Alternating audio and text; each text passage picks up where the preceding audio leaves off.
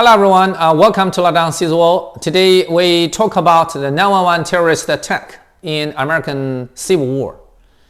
We know 9/11 terrorist attack in 2001 gravely shocked America, the first foreign attack to the continent after American independence. The terrorists hijacked 4 airplanes, attacked the Twin Tower of the World Trade Center, Pentagon, and the possible target of White House, which just failed.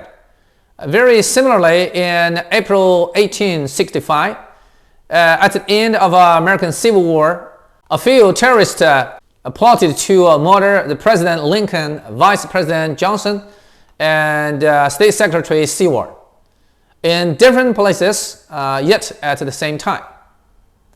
Resulted in President Lincoln murder, and Johnson luckily escaped, and Seward severely hurt, which caused great fear in the public and most possibly changed the Civil War.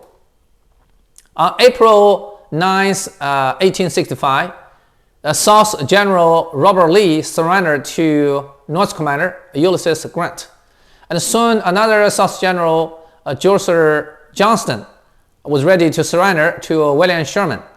The 4-year Civil War that cost the county of 600,000 came to its end. Those a few days, President Lincoln was much relieved, and on his melancholy face appeared a smile that a long time no see. He even sometimes laughed heartily. The drastic changes in mood almost scared Mary, First Lady. The night of April 14th, 1865, at Ford Theater, Washington, D.C., a British comic drama, Our American Cousin, was performed. Lincoln had been fond of Shakespeare's works and the drama show. And this one, Our American Cousin, Lincoln already had seen, yet he still decided to go with Mary and enjoy the show and relax. Besides, the newspaper told the public President would show up that night, so many people expected for it, and Lincoln didn't want to let them down. For the show, Lincoln invited his friend, Congressman Schuyler Colfax, and also General Grant to go together. Yet neither of them was available for the night. General Grant's the wife, Julia, didn't like the haughty behavior of First Lady Mary and refused with an excuse to go to New Jersey to see her daughter. Grant was general commander of the Union Army, and he had won many great victories in the war. Later, he became U.S. 18th president from 1869 to 1877. It's hard to imagine that if that night Grant went to see the drama together with Lincoln, then both of them might be the victim. And John Booth did make that plan.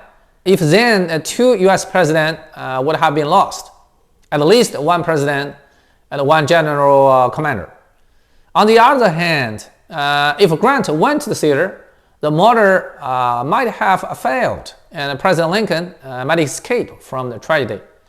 Yet there is no if in history. Lincoln and Mary found another 2 companions for the show. One was a government disbursement officer, Major Henry Rathbone, and his fiancée, Clara Harris. Lincoln's bodyguard, Ward Hill Lemon, was out of town, and he reminded Lincoln not to go to public in those days. Washington Police Office sent 1 officer, John Parker, for president's safety, and he went first to the theater in the drizzle and checked the security. Later, when Lincoln and Mary and the 2 companions arrived to the presidential box, Parker just left, maybe for a drink or somewhere to enjoy the show. The 5 of Lincoln's team arrived at the theater at about 9 o'clock that night, and after greeting to the audience, Lincoln sat down and enjoyed the show.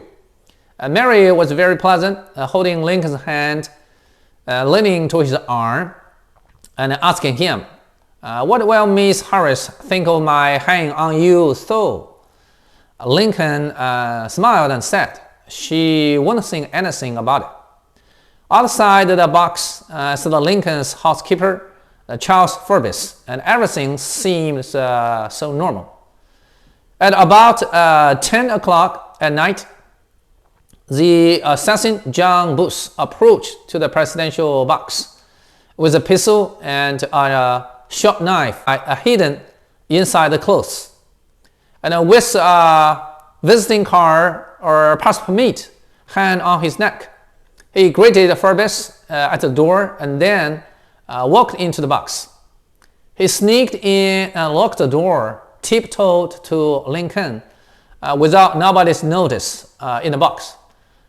About 10:13, at the climax of the play, and with laughter and noise in the theater, a murderer walked closer to Lincoln and over about 4 feet. It fired at the back of Lincoln's head.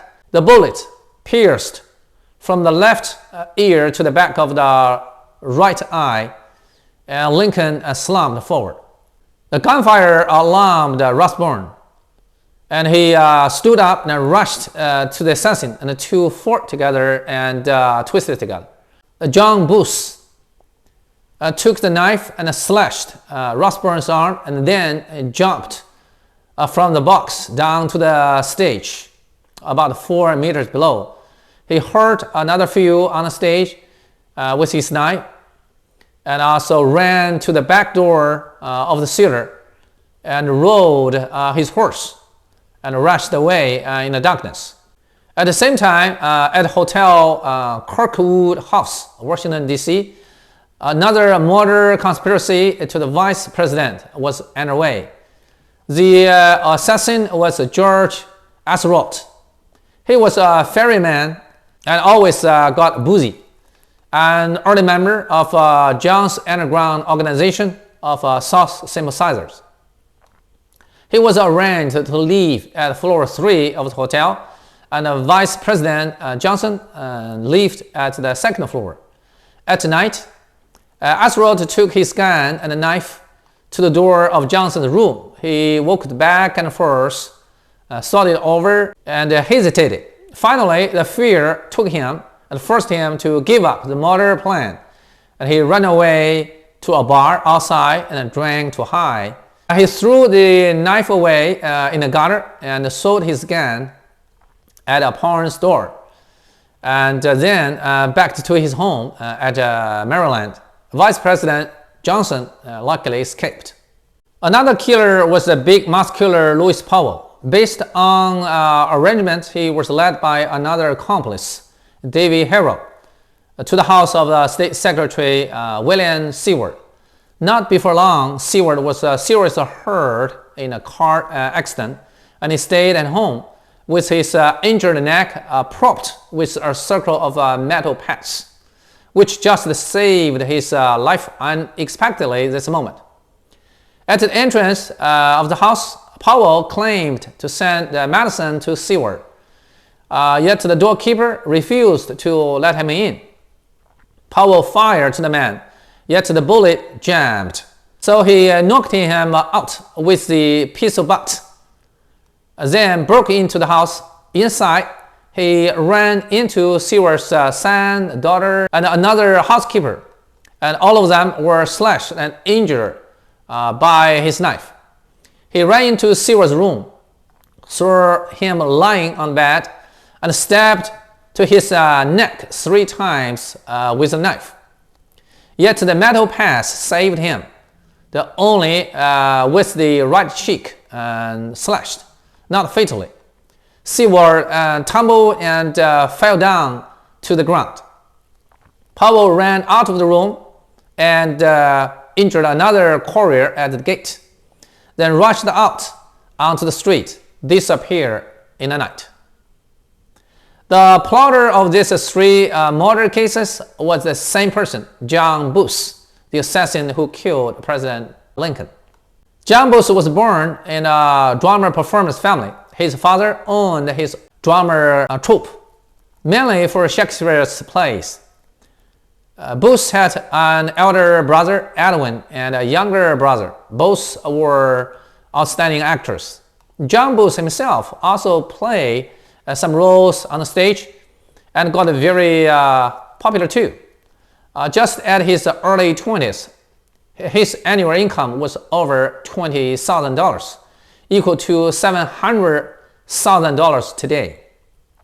During the Civil War, John Booth was sympathetic to the South secessionists and hostile to the North abolitionists, especially regard President Lincoln with sneering condescension. He once talked about Lincoln said, "This man's appearance, his pedigree, his low coarse jokes and anecdotes, his vulgar similes, his frivolity are a disgrace to the seats he holds." He regarded Lincoln as a tyrant or dictator, a person he wanted to destroy with his own force. On stage, he acted the role of Brutus in the play of Caesar, and Caesar was assassinated by Brutus. He regarded Lincoln as Caesar and himself as Brutus. Actually, Lincoln himself was very fond of John Booth's performance on stage and tried several times to invite him to the White House, yet all rejected contemptuously by John Booth. John Booth gathered a few people around him and conspired to kidnap Lincoln to the South for a bargain. At the time when the North almost won the war and the South prepared to surrender, he desperately gambled, decided to murder the president, vice president, and state secretary, put the Union in chaos, and save the slavery in the South, and his crazy act were very similar to today's 9/11 terrorist attack. Lincoln was the first U.S. president martyr. He abolished slavery, maintained American unity, and made him one of the greatest presidents in history. There is always something resembles such as this martyr case in Civil War and the 9/11 terrorism. Here comes the end of today's program. Thank you for watching and see you next time. Thank you. Bye.